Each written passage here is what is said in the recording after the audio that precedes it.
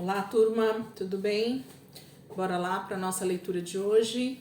Domingo, dia de descanso, dia de estar em família, dia de curtir, né? A preguiça para alguns, mas a gente não deixa de fazer aquilo que a gente ama, aquilo que a gente anseia todo dia, né? Quer estar com o Senhor, quer estar com a palavra, pelo menos esse é o anseio do meu coração todos os dias. Eu tenho muito prazer realmente de vir para esse lugar e estar aqui em contato com a palavra, sabendo que isso me alimenta, me transforma, me faz realmente cada dia ficar mais parecida com Jesus. Meu espírito vai ficando cada dia mais equipado com aquilo que eu preciso para o meu dia a dia, e isso é muito bom. Vamos orar? Entregar esse momento para o Senhor e a gente já vai começar a leitura de hoje. Jesus, muito obrigada por mais essa semana que está finalizando hoje. Jesus, a semana 34 foi uma semana bem forte, Pai, onde nós tivemos muito contato com a profecia de Jeremias, com esse profeta que o Senhor levantou no seu tempo, com uma palavra muito forte, muito poderosa, Senhor, onde ele confrontou o pecado do seu povo, dos seus irmãos, da sua família, em especial Israel. E eu quero te agradecer, Deus, porque cada profecia ali que Jeremias foi deixando, ela tinha o seu cumprimento parcial naquele tempo, com o exílio na Babilônia, mas nós sabemos que também tem a sua consumação final com a tua volta, Jesus, com o juízo que o Senhor também vai trazer sobre a terra. Eu quero te agradecer, Deus, porque o Senhor tem nos trazido até aqui. Nós já estamos bem avançados, Senhor, no Velho Testamento, e já temos entendido e compreendido tantas coisas que o Senhor tem deixado revelado na sua palavra, de entendimento para nós.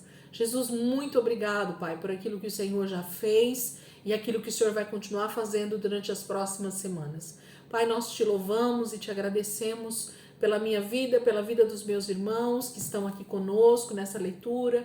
Guarda a nossa mente, Senhor, guarda o nosso coração, para que nós venhamos realmente reter aquilo que o Senhor tem para nós durante esse ano de 2023. Eu te peço, Espírito Santo, ministra a nossa vida nesse dia hoje, em nome de Jesus.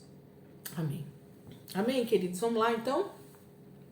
Hoje nós vamos finalizar 2 livros ali do Velho Testamento, né, que a gente começou já há algum tempo atrás, que é justamente esse período dos reis, né? Então a gente vai finalizar o livro de Reis, de 2º Reis, e o livro de Crônicas, que também fala sobre as histórias dos reis de Israel, né? Então esses 2 livros a gente vai finalizar hoje, justamente fechando esse ciclo do período dos reis de Israel, tanto o reino do norte quanto o reino do sul, que a gente percebeu que depois de Salomão foi rompido em 2, né? Então a gente tinha o reino do norte e o reino do sul nesse último período ali com os profetas falando, né?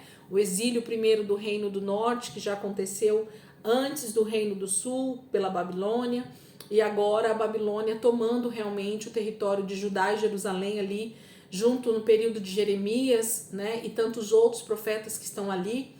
E então a gente vai finalizar o livro de 2º Reis, os últimos 2 capítulos, 24 e 25, e o último capítulo de 2º Crônicas, que é o capítulo 36. Então hoje domingo, o último dia dessa semana 34, né, o dia 7, hoje é dia 20 de agosto, e a gente então vai finalizar essa leitura aqui.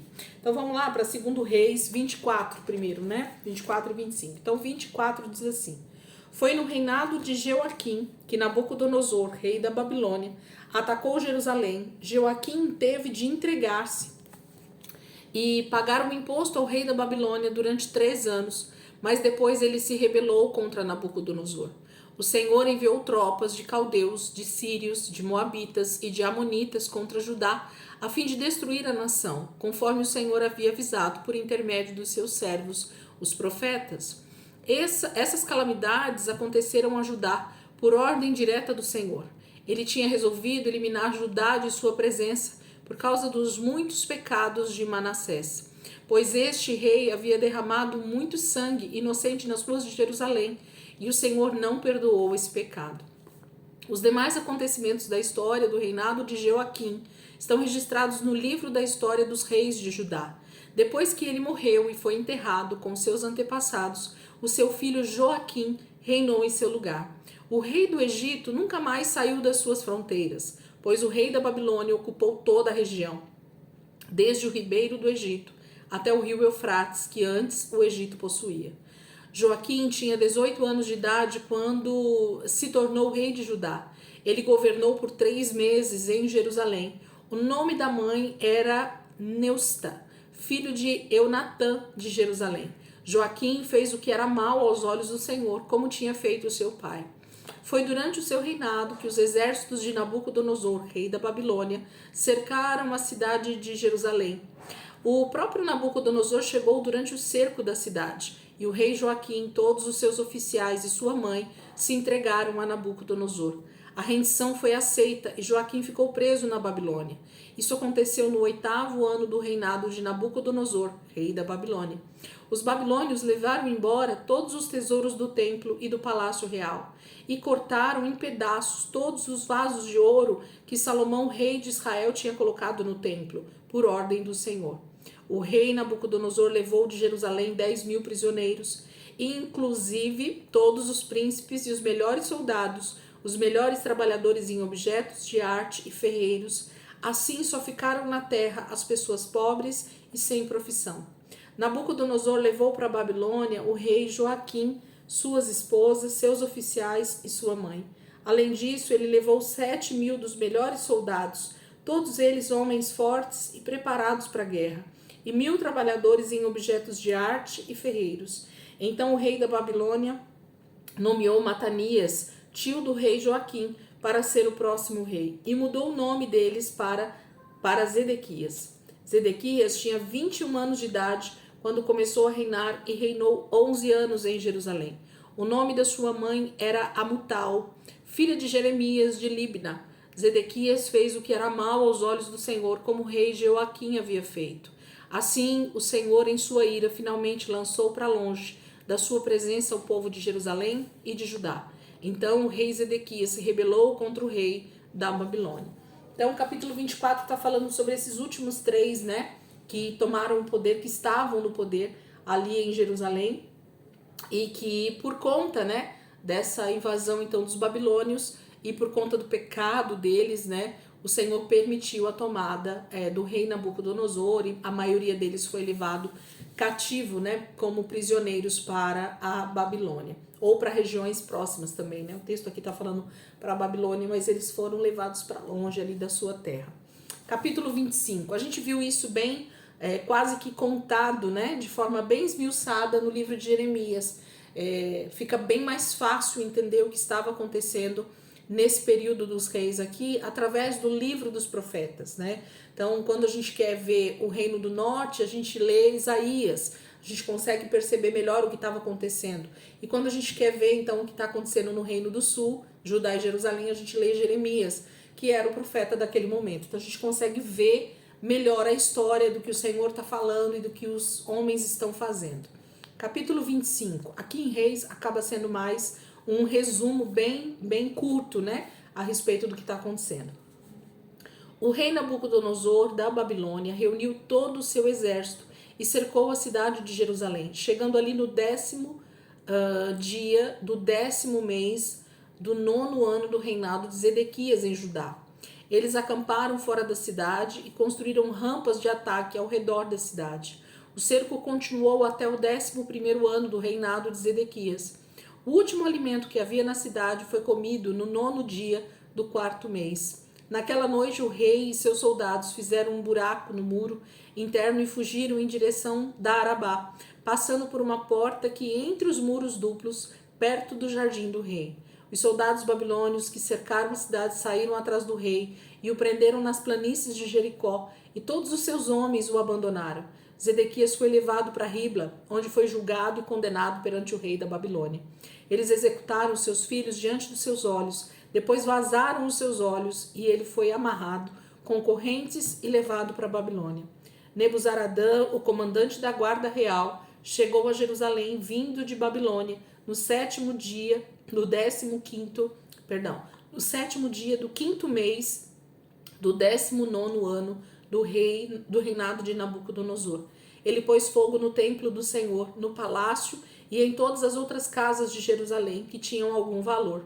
Depois dirigiu o trabalho dos soldados babilônios na derrubada dos muros de Jerusalém.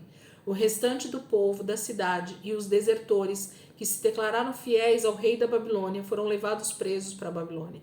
Mas os que eram muito pobres ficaram para trabalhar nas vinhas e nos campos.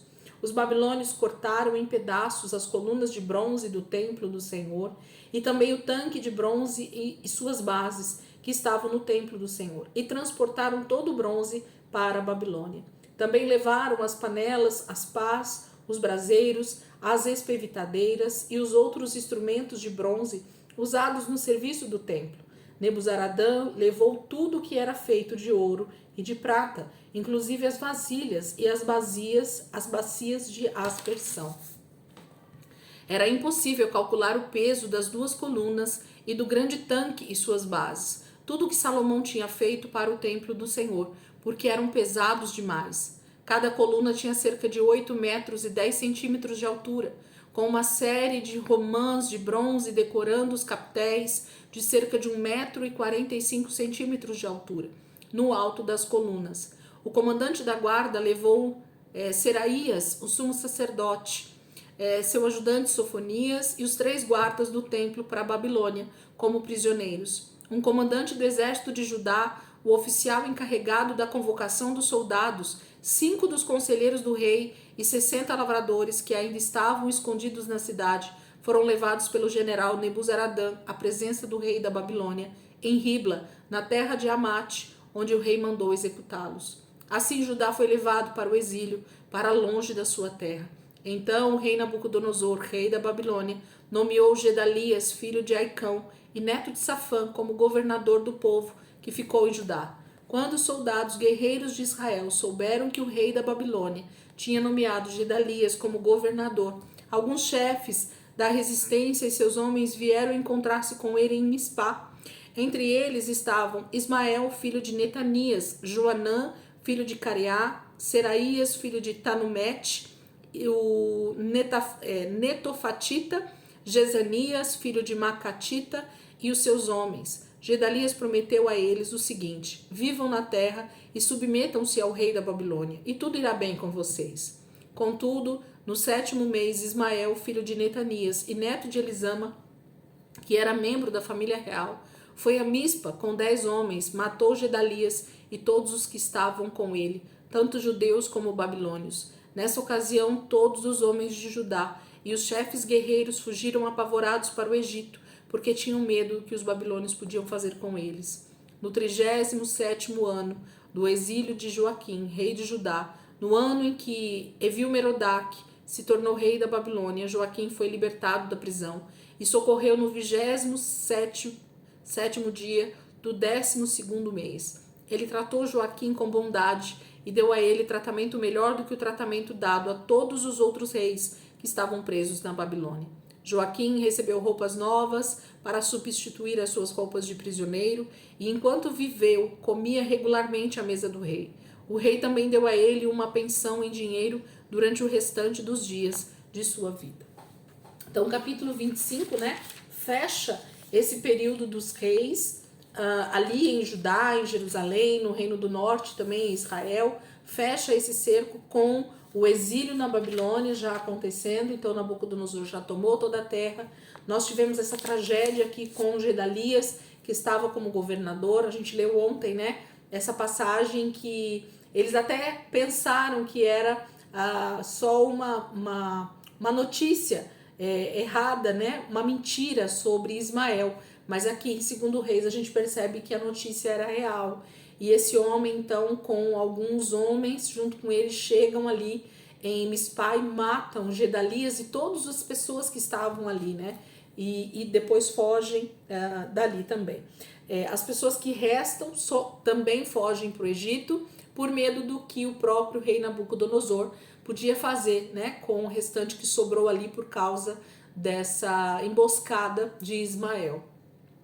Gente, um abismo chama outro abismo, tá? A gente percebe nitidamente que os israelitas, o povo do Senhor, eles estavam tão cegos por conta do pecado, por conta de tantas situações que eles já estavam vivendo nos últimos anos, por conta do cerco. A gente acha que lendo essas histórias aqui, isso aconteceu em meses, né? A gente tem a impressão de que isso durou 6 meses, durou 1 ano. Não. A gente está falando desse cerco, só do último cerco da Babilônia foram 2 anos, gente. Eles ficaram 2 anos com os muros de Jerusalém, de Judá, cercados pelo exército da Babilônia, sem poder receber comida, sem poder receber alimentos de fora, sem poder sair da cidade para ir para outros lugares. Então, tamanho era a opressão, né, do rei da Babilônia sobre Judá e Jerusalém para tomar aquela terra.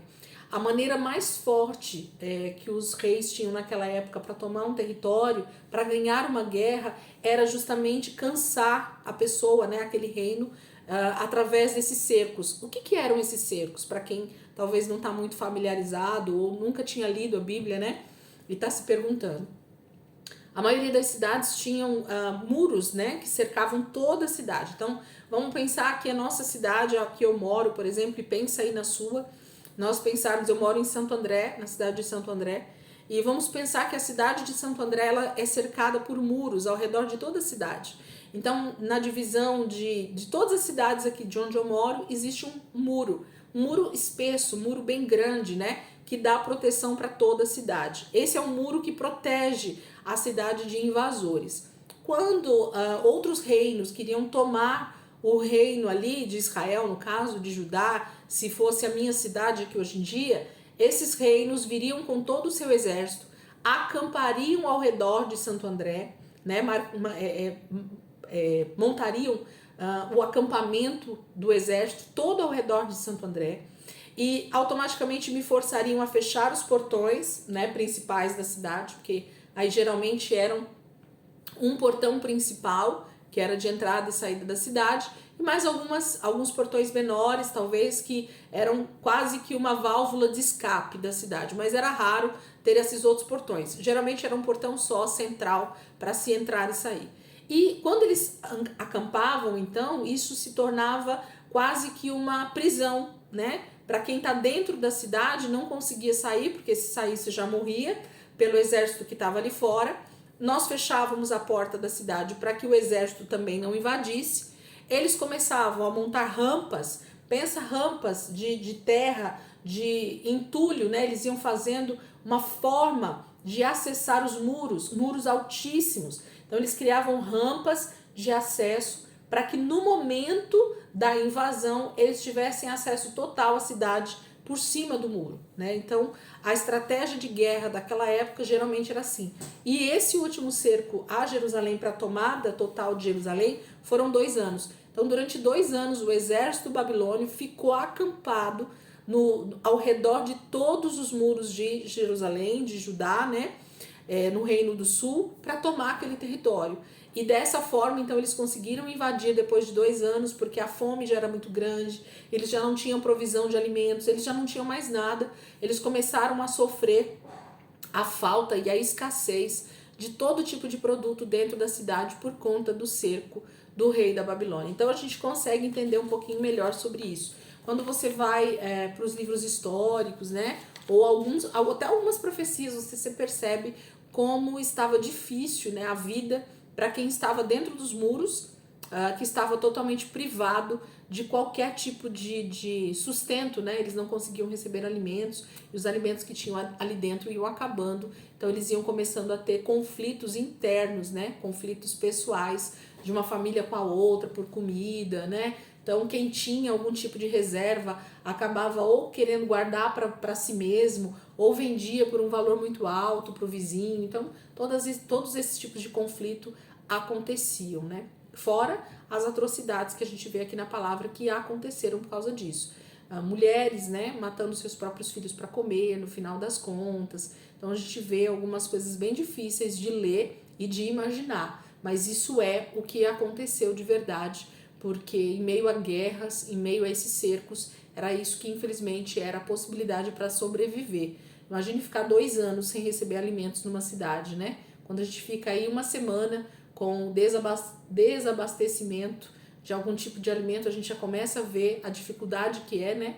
Imagine ficar 2 anos sem poder entrar nenhum tipo de alimento na cidade para abastecer os mercados, né? É isso que a gente precisa pensar. Vamos lá para o final, então? Agora nós vamos finalizar o livro de 2 Crônicas, que também fecha esse período, né, dos reis. Capítulo 36 de 2 Crônicas, é o último capítulo. Jeoacás, filho de Josias, foi escolhido pelo povo para ser o novo rei em Jerusalém, no lugar do seu pai. Jeoacás tinha 23 anos de idade quando começou a reinar, mas seu reinado em Jerusalém durou somente 3 meses. O rei do Egito destronou Jeoacás em Jerusalém e exigiu de Judá um imposto anual de 3,5 toneladas de prata e 35 quilos de ouro. O rei do Egito nomeou Eliaquim, irmão de Jeoacás, como novo rei de Judá e sobre Jerusalém. O nome Eliaquim foi mudado para Jeoacás, Jeoacás, irmão de Eliaquim, foi levado como prisioneiro para o Egito por Neco. Jeoaquim tinha 25 anos de idade quando se tornou rei e reinou 11 anos em Jerusalém e fez o que era mal aos olhos do Senhor. Por fim, Nabucodonosor, rei da Babilônia, conquistou Jerusalém e o levou embora para a Babilônia, preso com correntes de bronze. Nabucodonosor também tomou parte dos objetos do templo e os colocou no seu próprio templo na Babilônia. Os demais acontecimentos do reinado de Jeoaquim e todo o mal que ele fez e todas as acusações contra ele estão escritos no livro da história dos reis de Israel e de Judá. Seu filho Joaquim tornou-se o novo rei. Joaquim tinha 18 anos quando subiu ao trono, porém ele reinou somente 3 meses e 10 dias em Jerusalém. Ele fez o que era mal aos olhos do Senhor. Na primavera seguinte, o rei Nabucodonosor mandou levá-los para a Babilônia. Nessa ocasião, foram levados para a Babilônia muitos tesouros do templo do Senhor. E o rei Nabucodonosor nomeou Zedequias, irmão de Joaquim, como novo rei de Judá e Jerusalém. Zedequias tinha 21 anos de idade quando começou a reinar e reinou 11 anos em Jerusalém. Ele também fez o que era mal aos olhos do Senhor, porque não quis aceitar o conselho do profeta Jeremias, que lhe trazia mensagens vindas do Senhor. Ele também se revoltou contra o rei Nabucodonosor, muito embora tivesse feito juramento de lealdade a ele, em nome de Deus. Zedequias foi um homem duro e teimoso e não quis se voltar para o Senhor, o Deus de Israel. Todos os líderes dos sacerdotes e o povo se tornaram cada vez mais infiéis a Deus e adoravam os deuses falsos das nações vizinhas. Desse modo, profanaram o templo do Senhor em Jerusalém, que tinha sido consagrado a ele. O Senhor, o Deus dos seus antepassados, advertiu-os várias vezes por meio de profetas, porque ele tinha compaixão do seu povo e da sua habitação. Mas eles zombavam desses mensageiros de Deus e desprezavam as palavras deles, caçoando dos profetas, até que a ira do Senhor se levantou contra o povo. E já não houve mais remédio. Então o Senhor trouxe o rei da Babilônia contra eles, e ele matou seus jovens à espada, indo atrás deles até dentro do templo. Ele não teve piedade, matando rapazes, moças, adultos e velhos. O Senhor usou o rei da Babilônia para destruí-los. Levou consigo para a Babilônia todos os utensílios do templo do Senhor, grandes e pequenos, e os tesouros do templo do Senhor, assim como os tesouros do rei e dos seus oficiais. Depois, seu exército queimou o templo de Deus, derrubou os muros de Jerusalém, pôs fogo em todos os palácios e destruiu todos os objetos valiosos que havia neles. Os que não morreram foram levados para a Babilônia como escravos do rei e dos seus descendentes, até que o reino da Pérsia conquistou a Babilônia. Dessa maneira se cumpriu a palavra do Senhor, por intermédio de Jeremias, de que a terra teria os seus descansos sabáticos, até se completarem 70 anos de desolação. No primeiro ano de Ciro, rei da Pérsia, cumpriu-se o que o Senhor Deus tinha dito por meio do profeta Jeremias. O Senhor despertou o coração de Ciro para fazer uma proclamação em todo o seu reino, e o fizesse também por escrito. Assim declara Ciro, rei da Pérsia: o Senhor, o Deus dos céus, deu-me todos os reinos da terra e me mandou construir um templo para ele em Jerusalém, na terra de Judá. Todos entre vocês que são povo do Senhor, voltem para Jerusalém e que o Senhor esteja com vocês. Aqui termina o livro de 2 Crônicas e termina, na verdade, já nos dando uma luz sobre o que está acontecendo agora já lá na Babilônia depois dos 70 anos. o livro dá um salto, né? O último capítulo de 2 Crônicas, ele dá um salto enorme na história, que para quem está lendo aqui só o livro de 2 Crônicas, nem entende muito bem o que foi que aconteceu aqui no final. Porque nós temos Nabucodonosor tomando posse realmente de Jerusalém e Judá, com a destruição, com a queimada do templo, com ele levando todos os tesouros, né, que existia, todas as peças do templo.